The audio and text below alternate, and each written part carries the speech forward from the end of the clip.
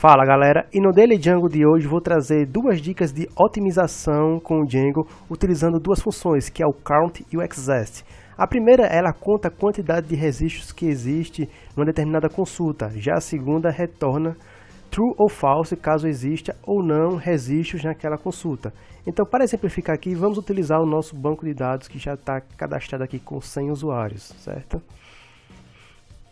Deixa eu importar o user, que já vem por padrão no Django, no models no pacote contrib.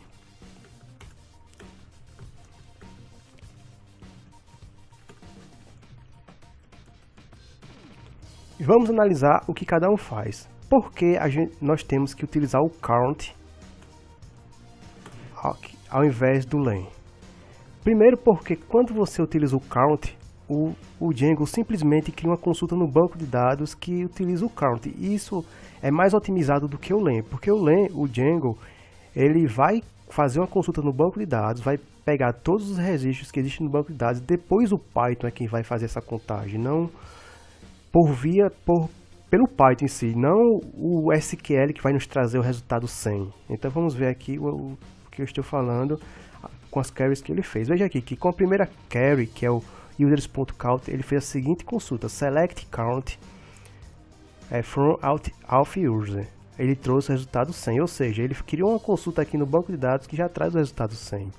Já na segunda, ele seleciona todos, select authUser.id, authUser.password, authUser.lastLogin, ou seja, ele seleciona todos os registros do banco de dados, traz para a nossa aplicação e depois o Python com essa função len vai contar quantos registros existem na query set. Ou seja, por isso que a primeira função é mais eficiente neste cenário aqui, porque ele vai trazer o resultado 100, que é aquilo que a gente quer, do que neste aqui, certo?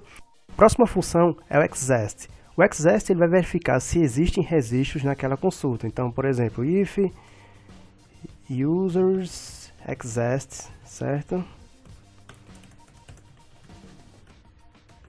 Existe pelo menos um usuário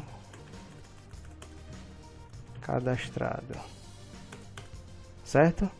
Nunca faça isso. Aliás, não faça isso quase nunca. Eu vou explicar aqui quando vocês podem utilizar este tipo de consulta. Então veja que praticamente as duas fazem a mesma coisa, só que a primeira ele faz uma consulta mais otimizada. Vamos ver aqui as duas carries que o Django fez na aplicação. Então veja aqui que a primeira, que é o exhaust, ele seleciona apenas um registro, então é uma consulta muito mais otimizada do que a segunda. Então tem lá 100 registros, ele vai pegar apenas um, e como existiu aquela consulta, me dê um registro aí qualquer, me dê um usuário aí do banco de dados da tabela authUser. Ele trouxe, então retorna verdadeiro, não trouxe, retorna falso. Já a segunda, ele vai trazer todos os 100 registros, e após trazer todos os 100 registros, o Python que fica a cargo de verificar se existem registros naquela query set, certo? Então, essas as duas dicas de otimização de acesso ao banco de dados, mas aqui eu vou dar um exemplo de quando você não deve utilizar o count e quando você não deve utilizar o exhaust, certo? Isso aqui vai depender muito de como você esteja fazendo sua codificação, vai muito pelo desenvolvedor. Agora eu vou dar um exemplo de quando você não deve utilizar o exhaust e quando você não deve utilizar o count. Este exemplo eu peguei na própria documentação do Django, mas ele não é só para o template em si. Aqui estou exemplificando com o template HTML, certo? Mas também vale para suas views, para seus códigos que são em Python, certo? Então o que ele diz aqui? Se essa condição for satisfeita, ou seja, se for para mostrar alguma coisa, é uma variável qualquer, ele armazena aqui todos os e-mails de usuário. Aí aqui você pode perceber que aqui ele utiliza if emails e não if emails.exhaust. Aí ele diz, você tem x e-mails para ler, tá ok? Aí aqui ele faz a interação dos e-mails e se não tiver esses e-mails, ele diz que não tem mensagens hoje. É isso que ele faz aqui. Porque nesta ocasião ele não utilizou aqui o exhaust, porque o exhaust seria muito eficiente neste tipo de neste padrão de codificação. Primeiro, quando ele utiliza aqui o if e-mail igual a users.email.all, ele está armazenando aqui em e-mails o resultado desta query, que é users.emails.all.